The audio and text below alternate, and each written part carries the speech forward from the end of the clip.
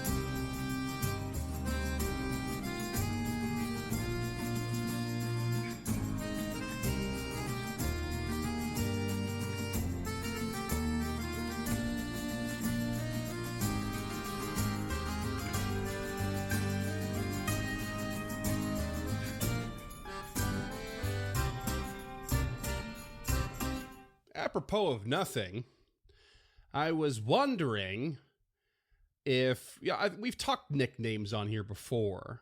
I'm quite sure, anyway, or at least in one of our productions. And I was wondering about something that's tangentially related. In that, has anyone ever sort of forgotten your name and assumed it was something different? Has anyone ever been in that situation where they were even for months on end or weeks on end or just in a moment they thought your name was something strange and like totally off base? It comes to mind because my first name is Freeman. Everyone assumes it's my last name. I also grew up as Dave back home. I'm also nicknamed a whole bunch of things back home. So when I came out here, I started going by Freeman. Everyone just assumed, oh, he wants to go by his last name. But that wasn't really true. It is my first name. And so I've gotten lots of confusion. People don't remember my name after the first time. It's almost always after the second time that I tell them. And I've had a couple weird little misnames along the way. I was wondering if that's happened to any of you, especially you with those with typical names. James?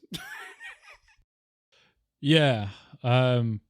All the time, I feel like not in a malicious way, but there was a guy I worked with at a coffee shop in Ontario who his policy was he wasn't going to learn your name unless you made it a month. So for a full month, I answered to Moby Light. I've heard you say the same thing about employees, the places you were at. Yeah, well, I got it from him. Thanks, Mike. Like, did they work here for a month? No, I don't know who they are.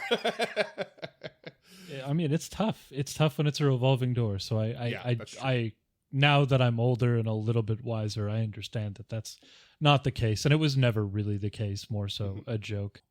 Yeah. People are humans, but Moby Light was pretty good. I had a much tighter beard at the time, and like everything was smaller, and it was it was an interesting one. I've never felt like I actually look like Moby, but I've you do in the sense that you wear glasses and you have a bald head. Like that's about it. Yeah, like, and I also think 18 Retail is one of the greatest albums of all time, but that's not my fault. That's Moby's fault. I don't often get called the wrong name, though I do have a story of one time when I got called the wrong name. So when I was a kid, there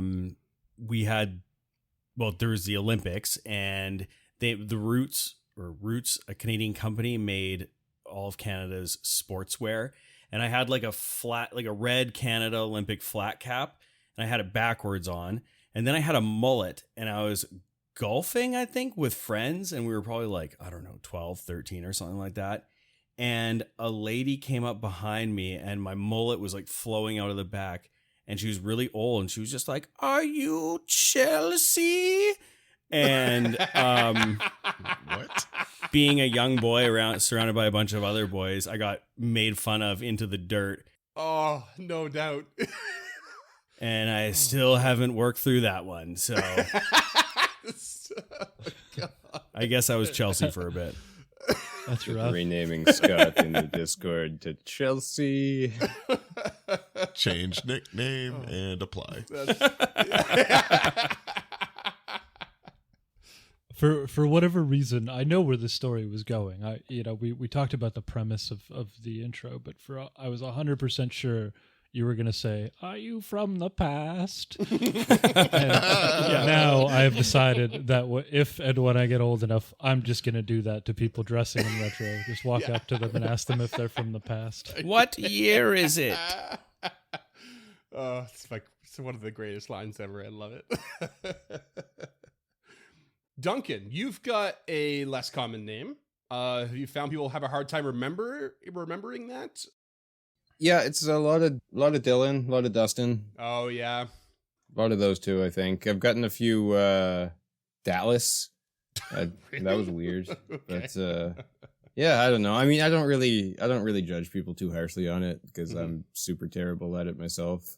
Like I started working in the hospital where I worked like 3 years ago, and it was bad because everybody had masks on. Yeah. By the way, if you're on mic, listeners, don't mime putting a mask on because you're just holding your hand in front of your face. It's not good for audio. Hand between the mouth and the microphone.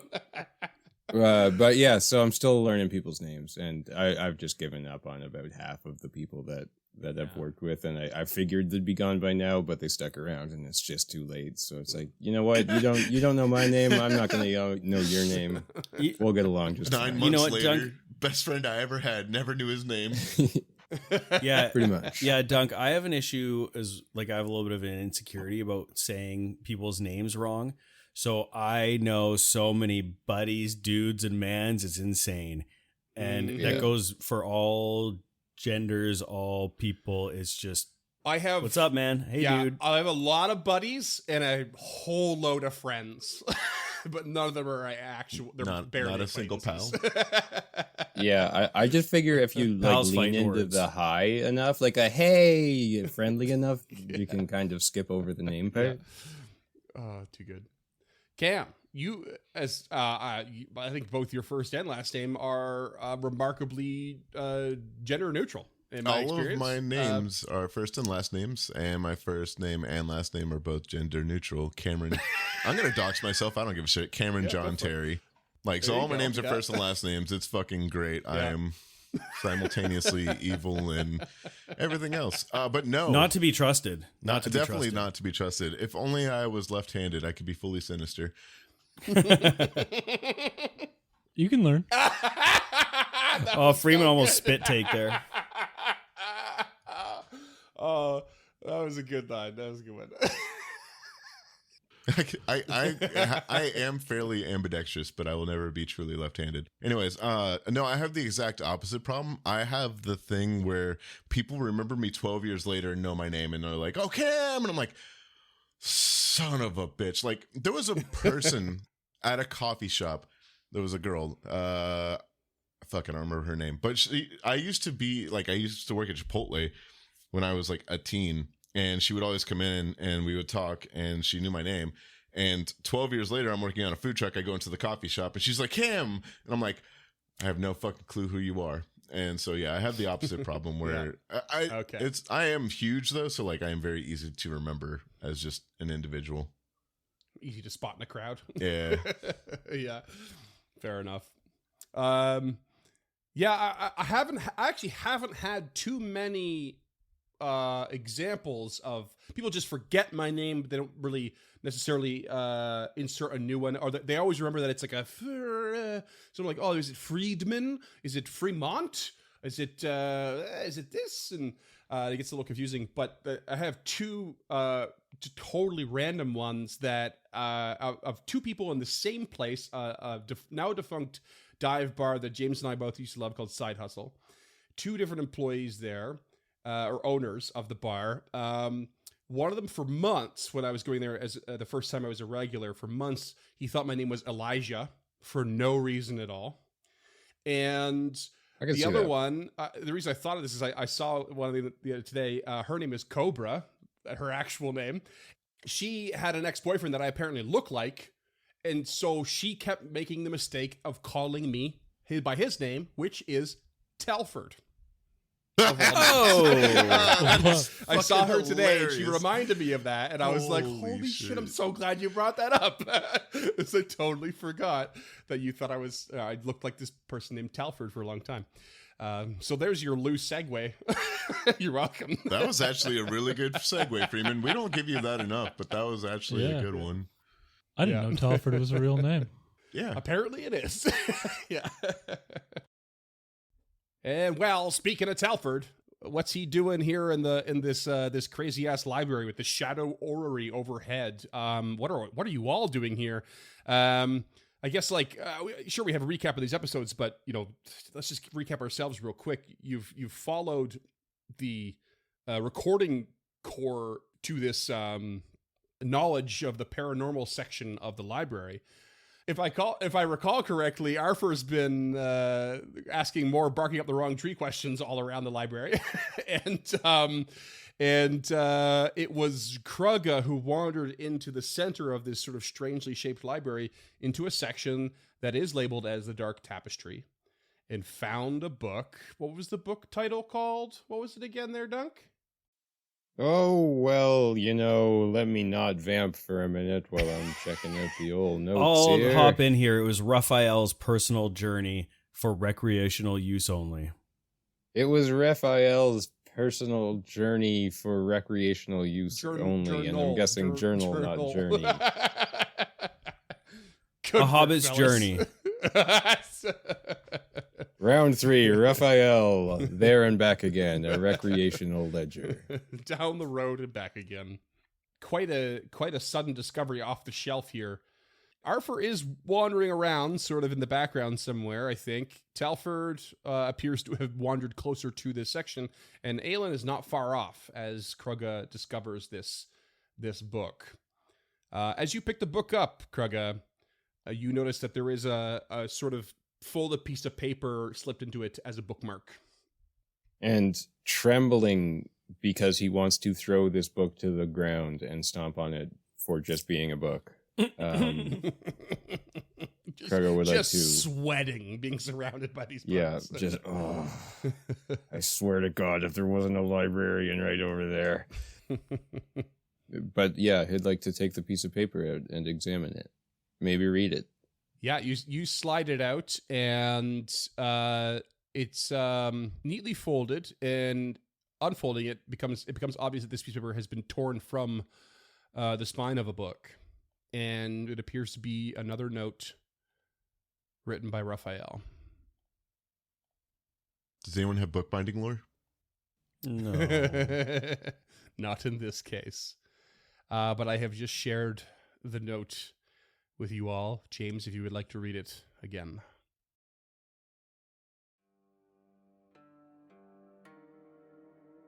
When the Whispering Reed is found, it should be read with caution.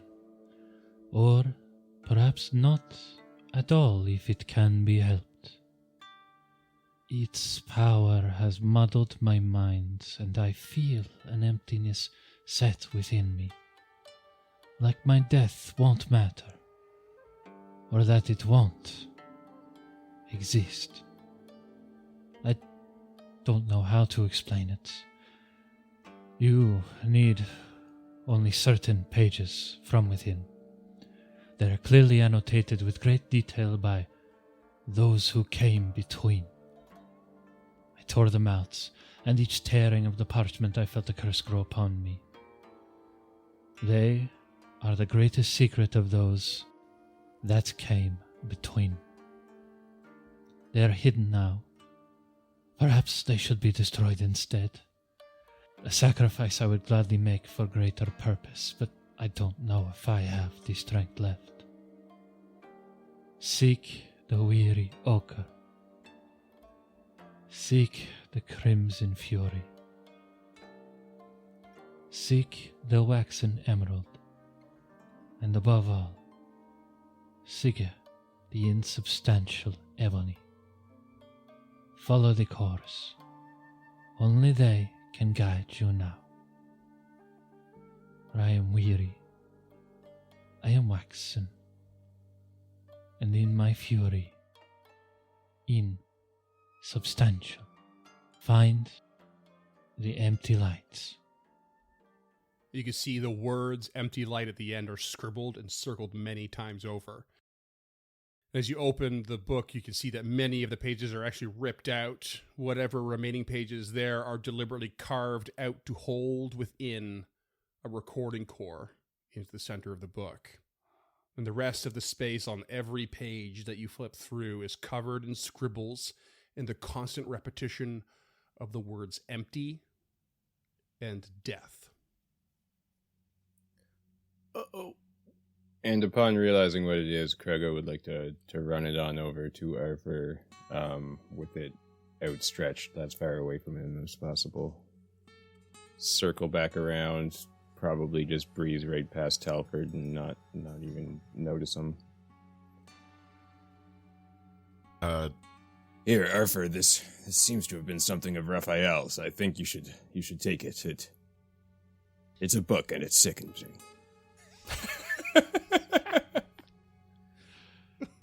Easy to take that the wrong way. He takes the book from Krugga and looks at it, and so this core is built right into the book. Is that what I'm to take away? Well, it's like, you know, you see in a comedy movie or something like that where like the pages have been carved out and you put a gun inside the book as like a safety spot. Like, yeah, it's just there's just a circle carved in all the pages and a core like just sitting in the center of the book. And all the negative space is just covered in empty and death and scribbles. Okay, so he'll take out the core and read over Raphael's note number 2 before clutching it to his chest and trying to wave over Talford without being too loud about it, because he does understand that this is in fact a library. But last I remember, Talford had the vision stick. The what is Recording it called, rod? please? Recording rod. Thank you. The vision stick. I like vision stick. That's I pretty love good. it. Wish I'd thought of that. I've had one of those before, but it was a little different than this. Talford will let out a sigh and then trudge over to Arthur before seeing the book and hurrying up just a little bit. Interest peaked. Yes, Mr. Arthur. What is it you seem to have found? Our phobic friend Kraka actually managed to find a novel, Ledgers by Raphael. He must have stashed them here before he... Well, inside it was another recording core, and I know you have the corresponding rod, whose name I can never remember, even though we just talked about it. Is it? It's a recording rod? It's a recording rod. Why can Yeah. I not fucking get that? Recording rod. And he'll proffer the sphere out to you. Talford will, with a flourish, pull it out from a sleeve, pop the old core out. That disappears back up the sleeve, and then hold out his hand for the core. For a second, Arthur wonders if you're a concept juggler by trade, and he offers it to you. Talford will look around. What is the situation? How many people are looking around at us right now? There's just God, a couple this of guy. librarians milling about, and there are guards at whatever entrances you've seen and exits you've seen so far. But that's about it. So, we have a couple of options here. As we know, these typically work best at the location they're supposed to be. And Did Arthur give Talford the note to read or no? No, he didn't even think about it. Okay. does anyone have any ideas where this was recorded at? No. If I were to guess, since the Starwatch Detectives, whose narrative we appear to be following, led us to this room, and the core was found hidden here, and if I know my nephew well enough, it would be hidden in this particular spot, because this is where it is to be activated. I see. I just know that we've received other cores that were not quite in the same place, but And Talford will look for a kind of tucked away place that we can potentially play this and not attract too much attention. Can I just point out too? I love that was like an intelligence versus wisdom, like deduction, both. Right? It's like it was really good. You're like, well, we haven't found them all in the spot they were supposed to be, so why would it be here? But then it's like, but I know my nephew, and it's probably here on purpose. And it's just like this little. They're just both really good deductions, but for different reasons, and I love it. But yeah, there are lots of nooks and crannies in this place. But the place that is likely to be less visible is where you found it, in that sort of center where this wall of books that has a walkable kind of path on top, kind of circles around like a sickle, and oddly to this center point. It's like that is the most private area for sure, because from all angles there are, you can't see through the wall kind of thing. So that's where you would guess to be the safest place. It's like the LG symbol, but upside down. There you go. Yeah, Thank it's you. where a nook meets a cranny. Wow. Mr. Weinmar, if you could be so kind as to get her And Talford will point over to the librarian. the fuck out of here. My pleasure. And Aelin goes over and just starts asking questions about books, and kind of pointing off in a different direction, and will attempt to lead the librarian away. So these books, full of words, are they? Hey, I'm reading here. Well, if you're reading, why do you need to ask me a question about books? Moral support. 28 diplomacy. What do you say? I'm not going to skip over the role play. Ma'am, could you please point me to the nearest restroom? Oh, yes, of course. You'll have to leave this library. Just loop around the way you came in, and you'll find one just a couple steps down the hallway. Please, just take me along. I have hard time seeing. I don't know if you've noticed, but I am an old elf. Oh, you look awfully young to me. Quite spryly, in fact. I almost dipped into Aelin there because I was going to say that one of my eyes was not good, and then I was like, oh yeah, I'm not playing that character right now. Oh, shit. Oh wait, I am playing Aelin. Ah! I'm not playing too long. I was say anything. I was just gonna let it go. Oh, I was gonna say something. So many, Jesus Christ. So many bloods from the nose. Anyways, I'm playing one of my several half elves with the same voice, so Same demeanor. yeah. Anyways, Did you just say anyways, turn away and take a Sorry, huge are you, drink? are you claiming to be partially blind? Is that's what you're going with? yeah. Okay. He rolls a 28 diplomacy on that shit. She believes him. Let's continue with the story. The problem is I don't believe it. Yeah, all right. She puts her books down. I was like, oh, okay. Well, just come along with me. I guess I'll show you towards the exit. The guard can take it from there. Which immediately tells you you have limited time here because she's not going to take you to the bathroom. She's going to take you as close as she's willing to. Fine. As soon as they get away from there, he sees a book in the corner that has big enough text to read and from a distance, and then he says, "Oh, can you?" And then he brings her over there and says, "Oh, do you have any information on this book?" And then tries to get her involved in reading it with them or talking about it. I'll pee later. Okay. Oh, this has got some. Are you sure? Are you sure? Someone in your condition might cause damage to the books if you aren't careful. No, it would be nice if you could read me a little bit of the introduction. If you'd like, I can show you to our Braille section. No, thank you. No, audiobooks are better. Oh, well, we've got an incredible repertoire here of infernal books in Braille. We could always do that. If you're interested in that. Did I ask for any of this information? 29 intimidation. Well, excuse me, good sir. No, you asked to be sent to the bathroom, and now you refuse to be there. I am not here to just serve your every whim. Let's talk about the 29 intimidation here before you keep going here. Fucking douchey decimal system over here. Guards, this guy's bullying me. With that. Now the guard wanders over. It's like, what's going on over here? And then he's really leaning into it now because he's like, well, fuck it. I guess they got to do their thing over there. I just asked for a little help from this friendly neighborhood librarian who turns out is not so friendly and is giving me a hard time over here. Sir. Okay, now they're out of sight, and Ayla is just milking this, like, angry customer shtick. And you appear to be mostly left alone. You can hear their voices from around the corner. I'd like to talk to a manager. Karen Weinberg. Karen, get over here. Yeah. He does have that short haircut. He truly does have the gift of gab. Anyways, And slot in the memory core into the recording rod and sit back and enjoy the show.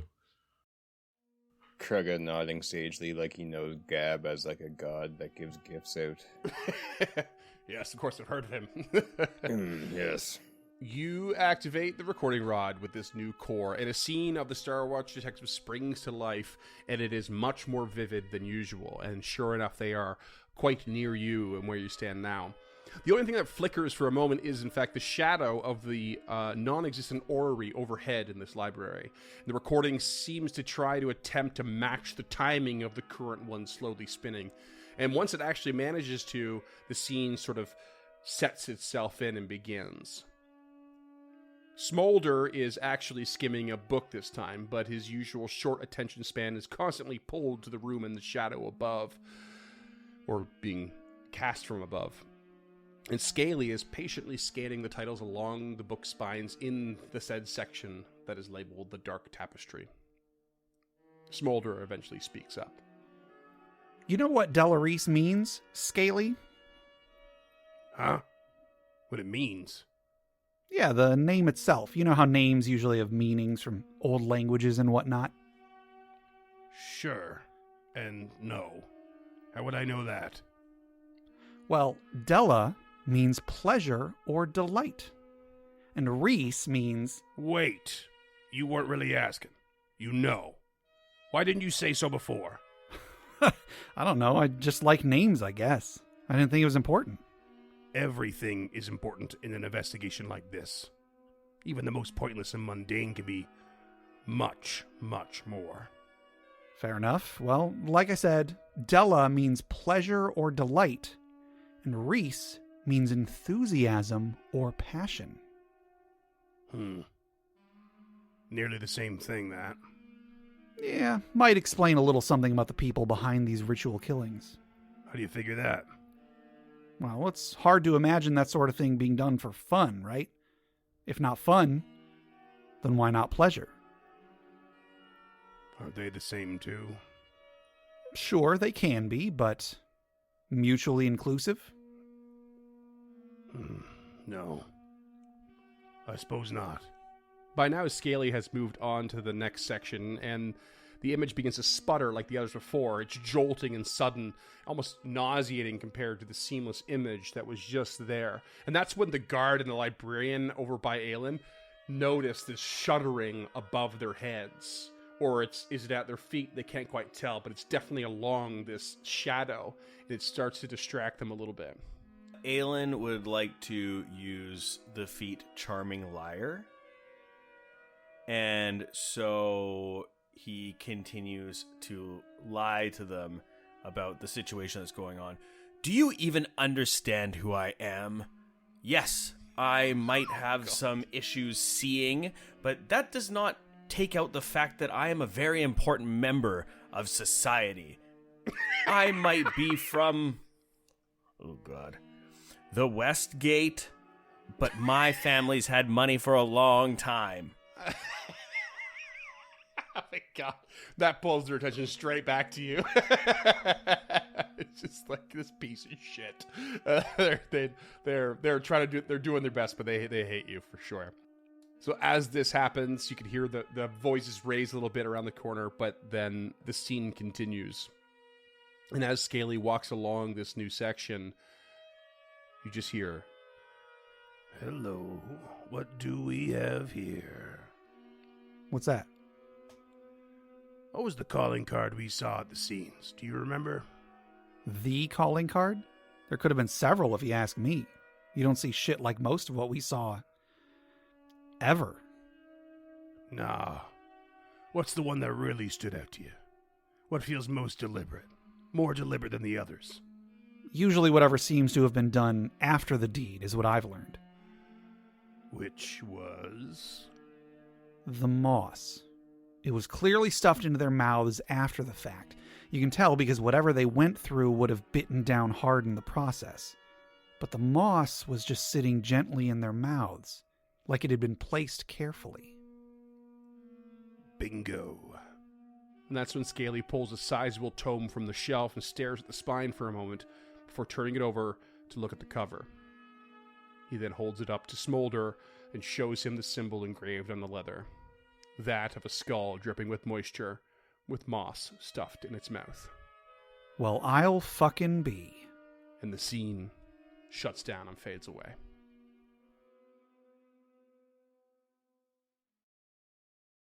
And Aelin comes around the corner, wiping blood from his elven curve blade. I'm sorry, what? I kid.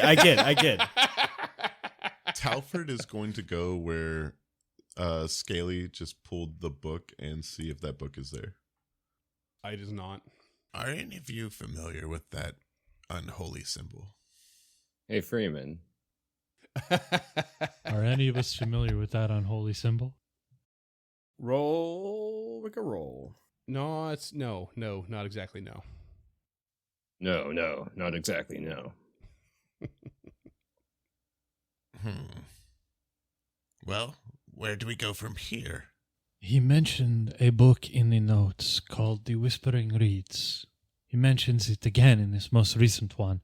At this point, he offers the note to Talford, thinking that there may be a clue in it, as opposed to just more evidence of his nephew's growing madness.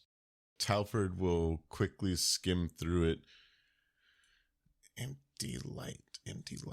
Whispering reads. Whispering. Do I know what the whispering reads is like a forbidden text, having hung out with Morlabent and everything else? Yeah, roll me a society, I think. Okay.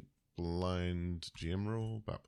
It's like on the tip of your brain. You feel like you've heard the phrase before, the name. There's a certain amount of infamy to it, but it's also really old, and you are unfamiliar. You have not come across it. You have not read it. You don't know anything other than it is, in certain circles, known, like certain literary circles. Out of character question, just for our knowledge and maybe for the listeners. The Whispering reads, Tulok has a copy of it. Yep. So is this a book where there have been many like versions made of it, or several? So, or yeah, when you found it, you learned that there were many made. There was only one printing, and it was made with the intention of like helping against a certain kind of cultiness, but it ended up helping it. So most of them were destroyed. So there are considered to be very few left in the world. Okay. It would have been a bit of a big deal at its time, which is a long, long time ago. Centuries. Seek the weary ochre, seek the crimson fury, seek the waxen emerald. Above all, seek the insubstantial ebon. God. Freeman, what would I roll to know these things? Good question. Society? Roll me an occult. You're reading this, and actually roll me a perception real quick. Okay. Sensing motive on this text, you find that there is this muddled confusion in how it's written. It's quite clear as you cover these notes left behind that there is this descent into almost madness or what have you happening with Raphael.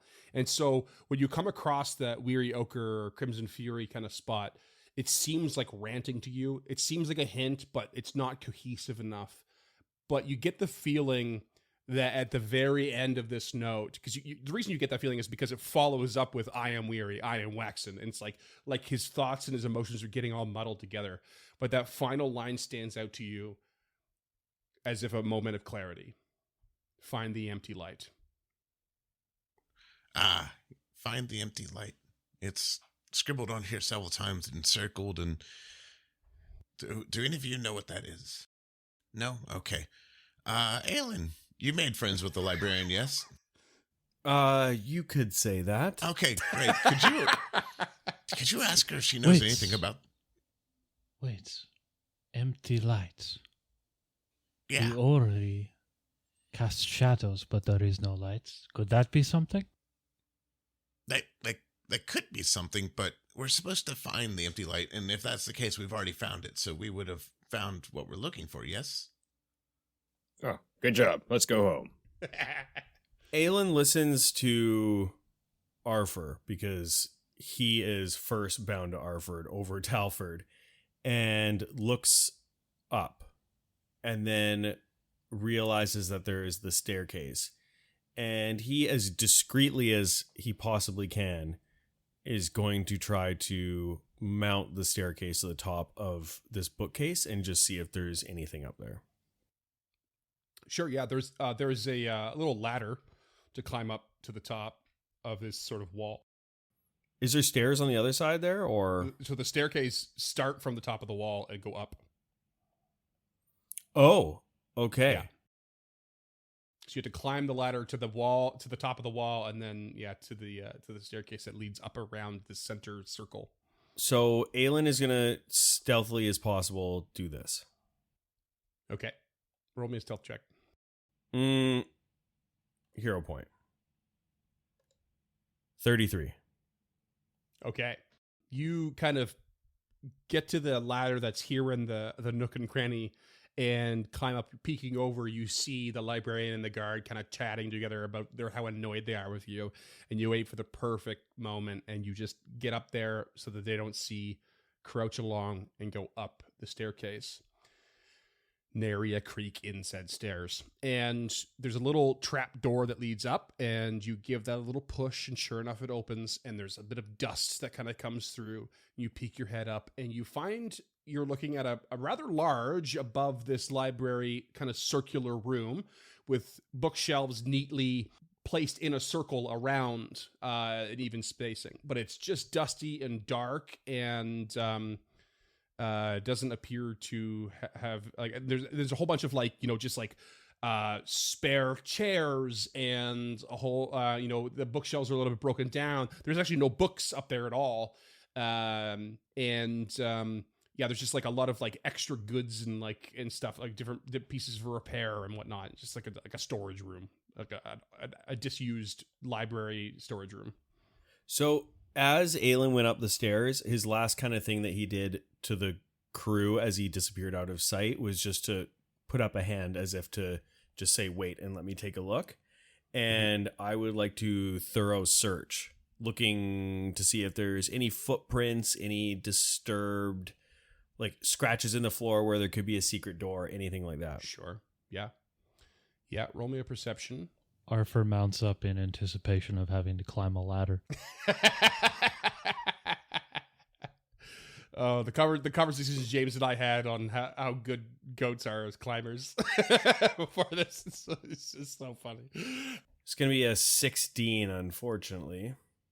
I mean, you see no evidence of anyone being up here for a while. The dust is quite well settled, and it even seems to you that like if Raphael was here days or a week ago or something, there doesn't even seem to be evidence of that. If should he have come in this room, it looks like it's just barely ever touched. Yeah, but I mean, let's be honest here. What the fuck is time? Because of everything that we've seen in this library, in these weird pocket dimensions and shit, you know, he's not entirely sure it even matters what time it is. So if he sees nothing, he sees nothing. So there's no doors or anything like that? Nope. Any mechanisms for the orrery? No, not at all. No evidence of an orrery at all. Okay. Aelin will go back to the top of the stairs and is going to look down upon his crew and just kind of shrug and, you know, portray to them that he didn't find anything. This light that's on the map, is that symbolic or does that exist? 'Cause it kind of looks like it's the center of a pillar, so I just wanted to confirm. That's more or less what I'm rolling with. I'm kind of reusing these maps. Yeah, it's definitely, I think I said earlier, it's illuminating most of the room, but that's about it. It's not indicative of anything in particular. I imagine almost if that light is like more of like a lighting, a column that emits magical light. Right. Speaking of light, is there anything we can roll to know about empty light? Yeah, you can roll. I would take an occultism or religion, I think. Blind roll. You have sometimes heard empty light being referenced to the silvery light given or sort of what's the word I'm trying to say, portrayed but not portrayed, emitted by the astral plane itself. Because it's not a magical light. It's not the light of the sun. It is, you know, its own sort of thing. I know that the empty light can sometimes refer to the light produced by the astral plane. When you see something summoned from the astral plane, the blinding light that comes with it for a brief moment is sometimes referred to as the empty light. But I don't know how we're supposed to, if we're supposed to shift into that plane, or that would be incredibly dangerous.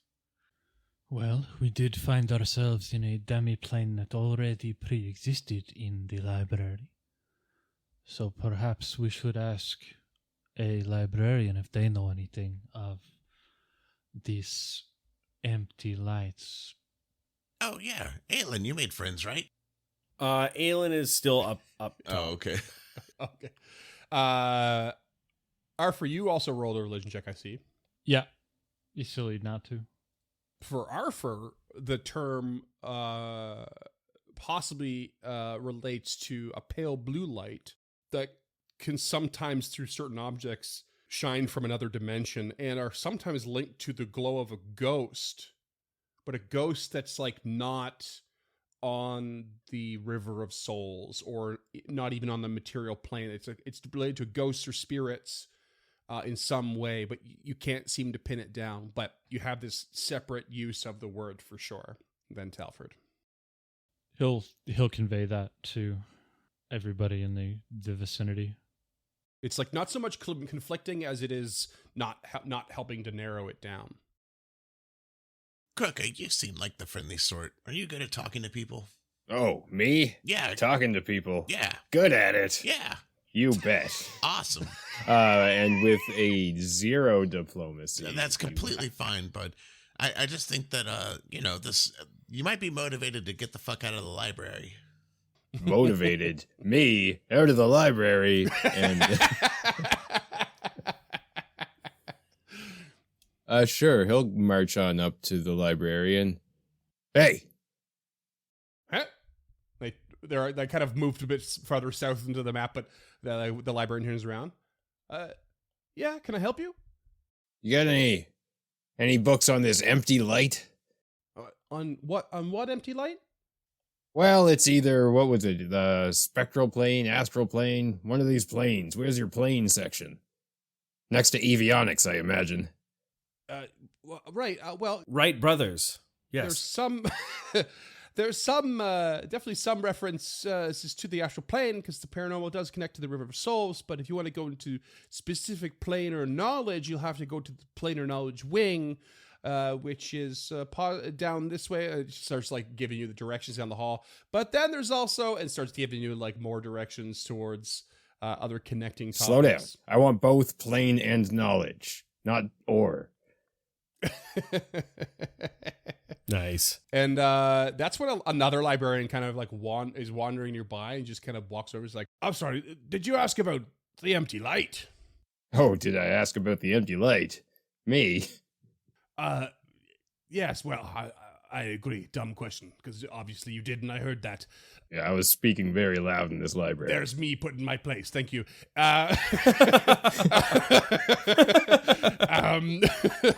Humble. I've not heard that word bandied around too much, but it rings a bell to me. I recall a certain sort of place here on the Foyer Logos that's often talked about among some of the younger librarians should they come across it, but it's a place that not many people go. It's called the Cathedral of Empty Light. Oh, a place for hip young librarians. That must be the coolest place in town. Well, you'd think, but mostly they think it's the rumor mill runs in its original origin. It's mostly disused now, but it's believed that it's just called the Cathedral Empty Light because of the magical windows within. You can see there's no windows here in the Foyer Logos, but they used to depict sunshine before, fake sunshine, of course, using magics. So it was called Empty Light. Nowadays, it actually depicts as best as some of the magical artists can, the astral plane itself, in this sort of silvery shimmer and maelstroms and such. What do you need? What do you want with the empty light? Let's pretend that I have a good answer for that and go on to where it is. Oh, right. Well, I mean, if all of the apprentice librarians get in there and not cause a lot of trouble, I'm sure you'll be fine too. Those guys are rascally, let me tell you. And if you want to go, here to go. And he pulls out a piece of parchment and he draws you a quick map of the corridors to go down. Excellent, thank you. You know what? I might start reading books after this day. That's hilarious, because if you didn't read books, there'd be no reason you'd be in the Foyer Logos. Oh, God. That is pure Ridiculous gold. on its face. Pure gold. Oh. And he just wanders off. Well, And that's role-playing with Duncan. You could hear the minute where the NPC blue screened to death. Oh, shit. Aelin is kind of sitting up there, not really knowing what's going on, and just because he still thinks there's something up there, we'll roll a thievery. It sucks. He's just like, fuck it, there's nothing up here. And then we'll use boop, boop, boop, boop, boop, boop, boop, boop, boop. Hat of disguise and glamour, and just kind of make himself look like a fucking, like a librarian, and then walk down to join the group. Okay. And then Walk revert. down with all kinds of confidence. Yeah. Yeah. So, Kruka, what did you learn? I think I found exactly what we're looking for. This Cathedral of Empty Light. It's a hip party place for the young librarians. I think I went to a rave there once. No, he said hip. What? Does that mean something else now? Back in my day, I was hip, and then hip changed, and I didn't like it anymore. Oh, no, I misunderstood. It's just underground, but here are the directions to find it. And he will show them the directions. Is it underground? Yeah. So remember this Foray Logos is like this big sort of pyramid-esque structure that is just filled with weaving pathways and mysterious rooms, and is akin to the best analogy I really have is like the Hogwarts castle. There's lots of hidden kind of passages and forgotten places and magical kind of sections and stuff. Right. Yeah, so I guess we skedaddle that way. Talford will light up another cigarette and adjust his clothes and start walking with purpose. Arthur will compliment Kruka on his ability to discern information, even without having touched any books. Helpful to be direct and almost unnerving. Yes, I think we must not underestimate how intimidating your size and your ferocity is. When you don't got brains, use what you got. Yeah, you really walk right up to that line of unnerving, don't you? Just look at it, stare into the void. But it is equaled by his kindness. Big heart. No end of the sentence. Big heart, ellipses. Big heart, strong valves. Aylin's dumb follows.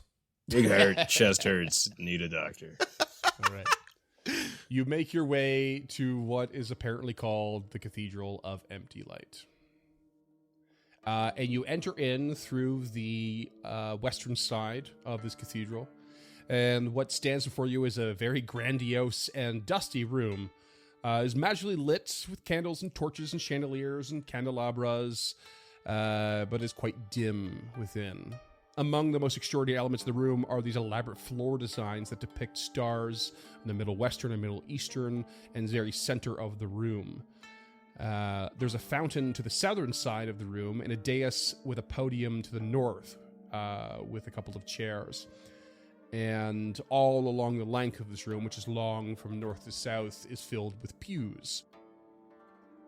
Above head is an obvious balcony that wraps around the sides of the room, the ceiling reaching way above even that, covered in frescoes depicting different scenes of deific acts.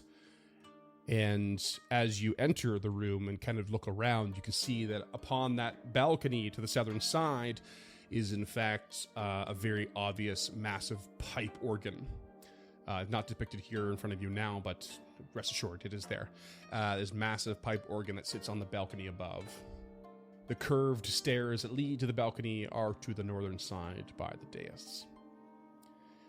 And as you step in, there are several beautiful windows all along the side of the room, and you can see light coming in from the windows on the balcony level as well.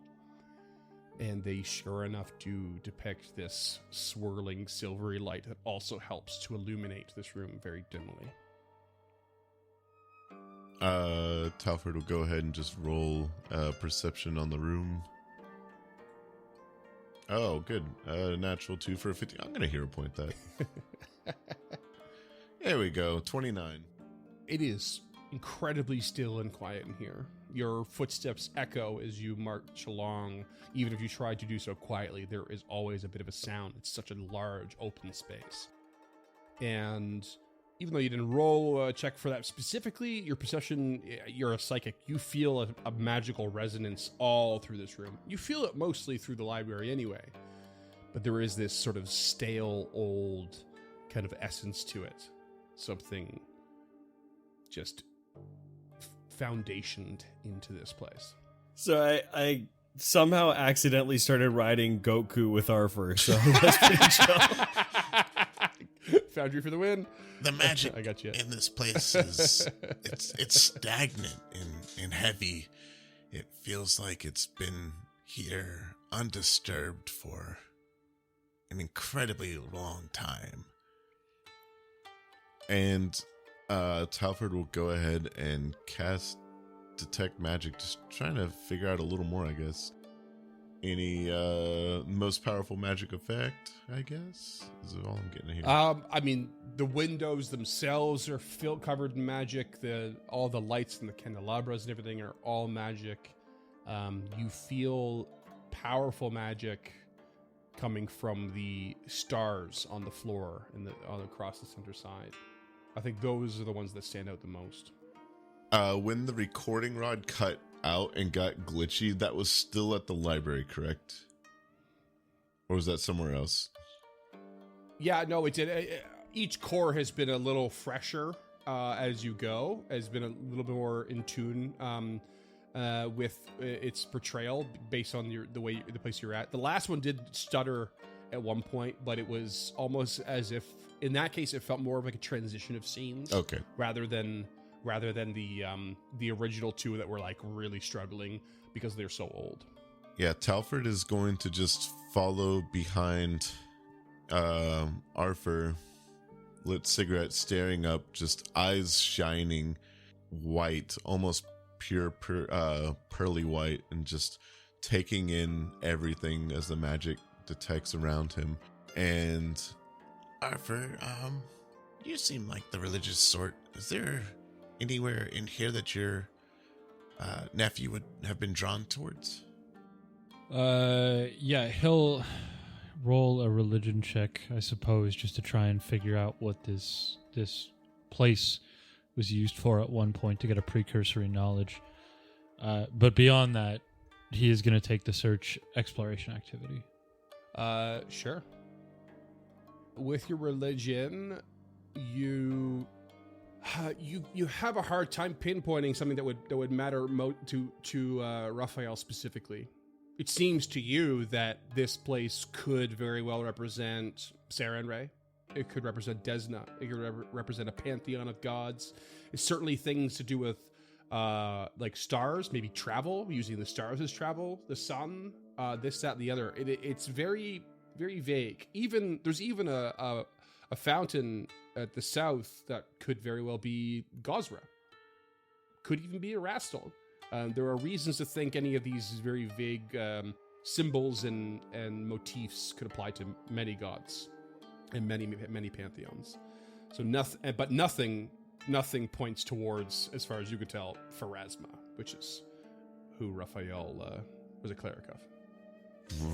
on the meta level, Freeman said some stuff in there that's making me like, but Talford doesn't know.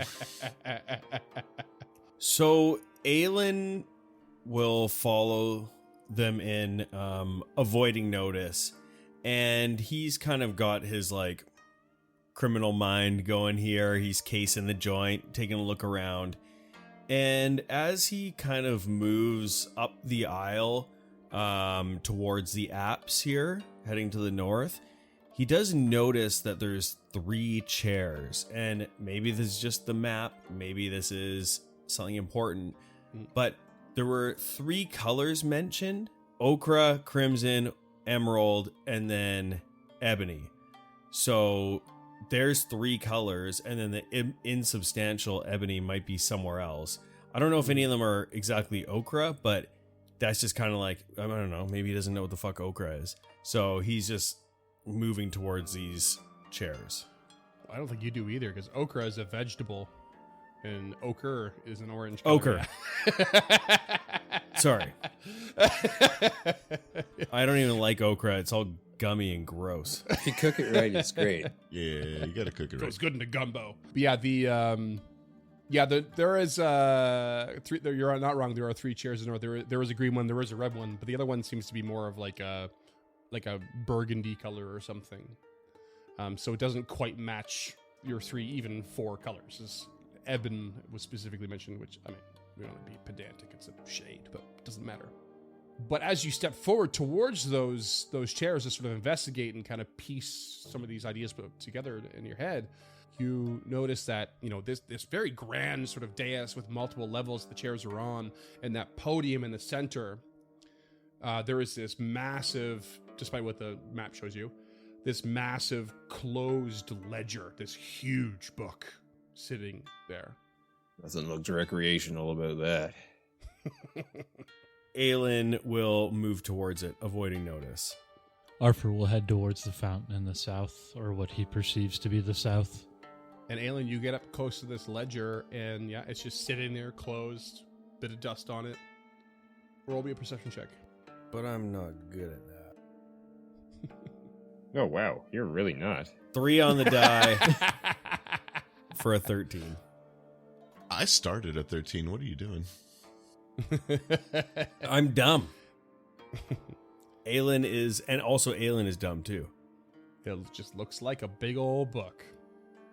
And we're talking like a big, hefty thing. Like, Is there a wait, nope, it's blank on the cover. Blank on the spine.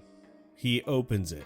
You open it, and it creaks like it's a brand new book. Like it's maybe never been opened, or at best once or twice. God, I wish I had bookbinding lore.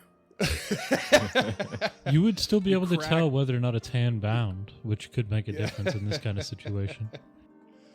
You crack that book open, and it is completely blank inside. And you know how like a new book does, like all the pages kind of move with the spine as it's, because it hasn't been worked yet. So they all start to shift along, and some of the pages immediately want to flip with the cover opened up. But then you notice that somewhere in the midst of the pages there is a little gap, an unevenness. And you flip to that, and there is clearly one page that has been ripped out. From the podium here, he goes, "Psst, come take a look at this," and hopes that someone who is smart comes to look. Is there a particular reason you're being so quiet? I'm overwhelmed by the beauty in this room. Also, I'm kind of going to my baser instincts and feel like I'm stealing things, so this is kind of how I generally operate. In fact, being loud is uncomfortable for me. I see. Arthur will look in the fountain, or basin, or whatever this is on the south. Yep. Yeah, and it just appears to be this very still, stale water kind of sitting in it. He'll touch it. I mean, that's worked out well for him in the past. This is typical James maneuver. James geez. cannot help himself. I was going to say Arthur might be given pause. Oh. And that's not a pun. That's not a pun. Well, it is a pun, but it was pun not intended. Because like very long ago off screen, when Arthur first featured in the beginner box, he drank from a fountain not unlike this, although it was in like a catacomb, and it made him very, very sick. And then we just left him there sick for a And while. we left him there dry heaving. 'Cause James He's couldn't coming run back to puke on us to heal. I wasn't able to make the second session, listeners, so they took some creative liberty with our fluffy boy. Yeah, he can be heelbot in the corner, dry heaving, unable to assist. Other Yeah, than with of course. heels. So he does pause at this, but he has some experience in this, so he just dips his paw into it instead of just drinking directly from the bowl. Okay, dips his paw and there's a little ripple, gives a little lick, and yeah, it tastes quite stale and is a little bit dusty almost.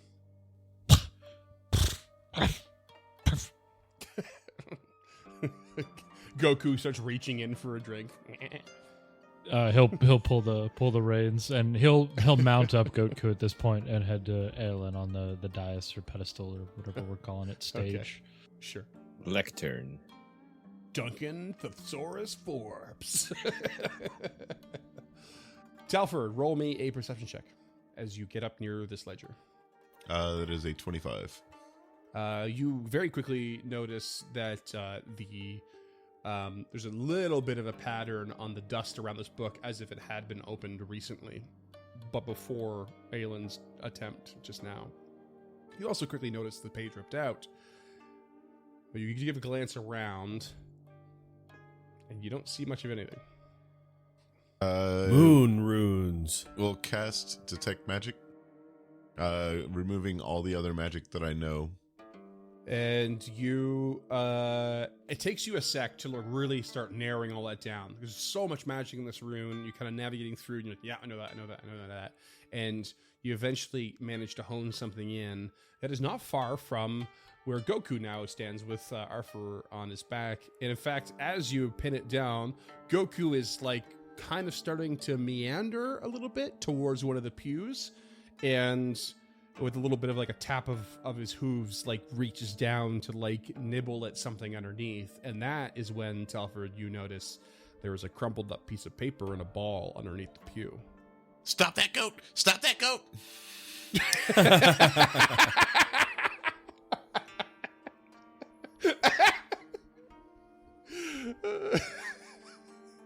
Arthur will pull back on his bridle and try and wrestle the piece of paper from his mouth. Very, very futilely, I would hazard a guess. I don't even think he can reach. Yeah, so Talford will come over and smooth it out. Well, you reach under to grab it, and your hand grabs onto much more than paper. It grabs onto a hard spherical thing wrapped inside of it. Ooh, bitch. Talford will pull up the paper, feeling the heft in his hand, before gently unwrapping it. And it almost seems too fortuitous because it's exactly what you just found in the previous wing. It's a note and a core together. Kruggy, you might want to look away. We're going to do some reading real quick. Oh, God. And he spits.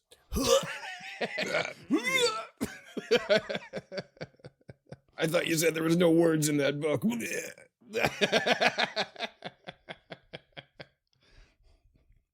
Just when you were starting to warm up to it. Just has to get acclimatized with like a blank piece of loose leaf or something. Just some printer paper. Ridiculous. It's just ridiculous. But yeah, Talford will put his hand on Goku's head to like hold it away so he can't snatch the note, and then hand it up to Arthur. All right. You hand it up to Arthur, and this is what it reads. You won't find the lenses. They aren't here. Though they were created. Only the pages. You need those to understand them. They have a use. They can stop her. Climb to the tower of empty light. Face the past, the ancient past. It tore me apart. Time. Hold it together. Tell Tulok and Physic. They need to know. They need to be alive. Find the pages where the detectives showed their true colors, where their trail covered the floors and the walls, where the veils were lifted. It's all around you. Sad. Talford will produce the recording rod with a flourish and kind of smack it into his hand so the other core pops out, tucking that one away into his sleeve before putting the new one in the top and stamping it against the floor to get it to start. You activate the recording rod. The core whirs to life with anticipation. The latent magic in the cathedral. you can very obviously tell spills into it and causes the rod to vibrate like never before. The recorded scene almost explodes out to cover the entire cathedral. The walls appear to have a sort of layer of imagery over them, the rest of the room covered in a near ghostly images as the furniture of the past doesn't quite match the position of those in the here and now. Scaly is seen for once without his snout in a book, and instead marveling at the room's architecture.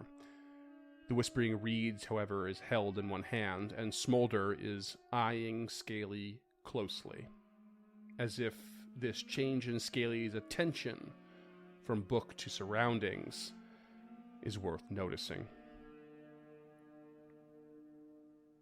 Say, Scaly, the book seems to have had an effect on you. What's the deal? Scaly drops his gaze sharply and slowly turns towards Smolder. I guess you wouldn't know. Wouldn't know what?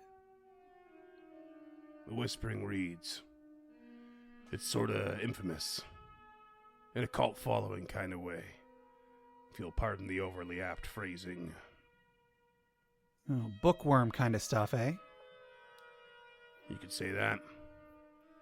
Nearly every copy was destroyed. Fewer than a couple dozen are thought to exist. It's dangerous. And exactly what is needed to connect the Haravexes to these crimes. Right, a real collector's item. What about the Delaris? They seem real enough now. Does this cathedral help us connect them? Likely just pawns. Workhorses that will never be considered as worthy as a bloodline. Houses like the Haravex always think that way. Think their blood is worth more than anyone's actual contribution. And, well, just might be true if their actual bloodline is connected to something from the Dark Tapestry. If they're studying this book, Gods of the Dark Tapestry, enough to make even this old man stand in awe. They say things like that are older than time itself, and far more destructive. You know, you're suddenly a lot more talkative than usual. This has really gotten you shaken, huh? Scaly scowls and turns away. Come on. Let's check out the floor above. And the two make their way toward one of the spiral staircases in the north and walk up. Smolder continues to ponder aloud, following Scaly's ascent. Something doesn't sit right about the Delaris. They're basically an urban legend come true. Feels more like they're expert spy masters than just a family of bastard workhorses. Besides, if they are so-called bastards, don't they have the bloodline too? Scaly gives no response, and Smolder never takes his eye off him and the book as they cautiously ascend the balcony above. And as this happens, they are starting to get away from you, going upstairs. But the rod starts to sputter as they get farther from you. Talford follows, holding the rod up to maintain the signal and the image clarity. Arthur and Goatku ascend as well. Aelin, with his hand on the hilt of the elven curve blade, follows. Crocker just bails. No, you know what, I'll go with him. Gregor goes home. The two detectives reach the top of the stairs and take a moment to look out over the cathedral floor from this upper balcony level. It wraps the length of the room and designed in a manner of an old church that would permit a tightly packed standing room congregation to witness a sermon held below. Both detectives take a long moment to take in the view. Scaly leans on the railing while Smolder gingerly looks over, wary of the drop to the floor below. Just like the ritual scene. Only less blood. Yeah. Scaly steps away from the railing and continues south along the balcony. A shimmering light is formed through the magic of the rod, as if natural light were shining through the stained glass windows. There's a stark difference between what they were then and what they are now. The current windows appear to be plain in shape and transparency, not stained at all and with no art, but magically altered to admit a silvery light and distant churning of storms beyond the panes, a clear attempt at depicting the silver sea itself, the astral plane. But somehow the stained glass of the past interacts with those churning patterns of the present, and before your eyes it casts shadows of horrible scenes of predators beyond imagining, skulking and hunting and devouring along the river of souls. The detail is impossibly stark, and there is a blending of magic here and in the rod that seems to put you right in the scene. Something much more than the replication of audio and visual, as if emotion was somehow also recorded by the room itself. Anxiety and fear, determination and suspicion, all fill the scene as you follow it. Scaly reaches the southern end and stands before a magnificently grand pipe organ. Without hesitation, places the whispering reeds on the music stand and sits down on its bench. Smolder, a few steps behind, says, Don't tell me you play. Without a word, Scaly flicks a switch and starts pulling and pushing numerous stops on the organ. Why did we come to this cathedral, Scaly? Why is it that since we got here, that's the first book you've picked up, but not read a word? The low droning hum slowly rises from the organ's mechanisms, gently hitting a quiet but encompassing crescendo.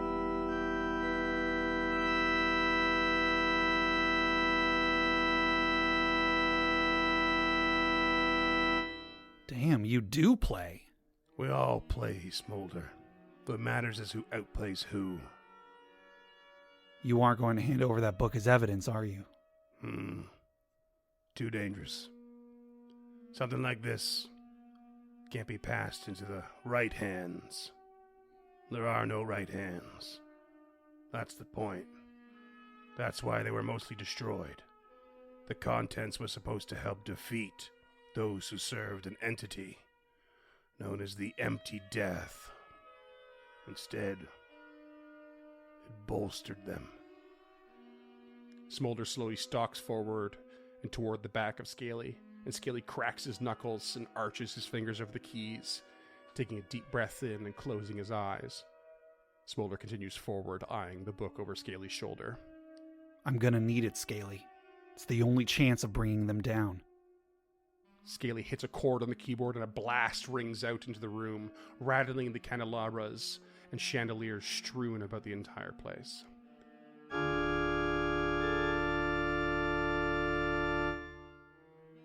A divided look comes across Smolder's face as he's unsure if it's a warning or an opening. You aren't gonna leave me much choice, are you? Another chord blasts from the organ,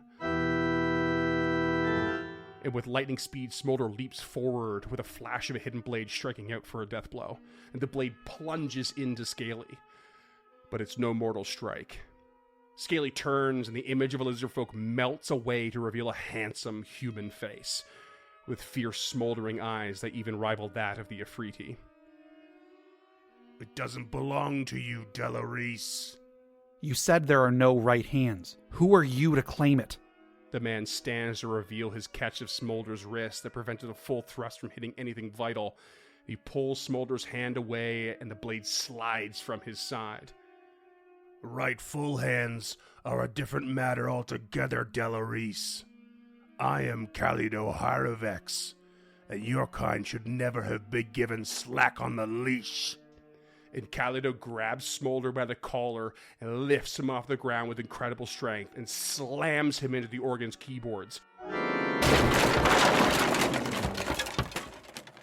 releasing a terrible noise of discordant notes, and the magic of the rod erupts in a flash before the scene vanishes in a blast of white light, blinding you all for just a moment.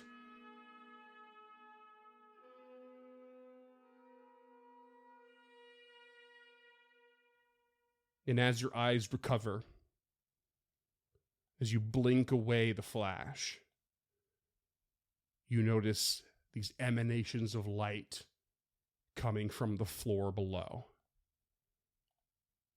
And that's where we're going to call it. Jeez, dude, I was so wrapped up in that. Bwah, bwah, bwah. Fucking plot thickens, eh? Yeah.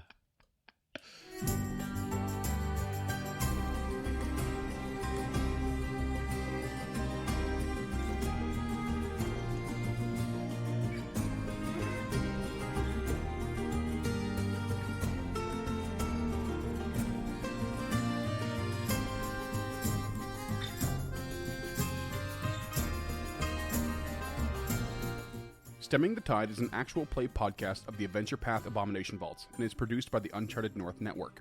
Stemming the Tide uses trademarks and/or copyrights owned by Paizo Inc., used under Paizo's community use policy. We are expressly prohibited from charging you to use or access this content. Stemming the Tide is not published, endorsed, or specifically approved by Paizo. For more information about Paizo Inc. and Paizo products, visit paizo.com. Music is composed by Will Savino and artwork by Greyhood.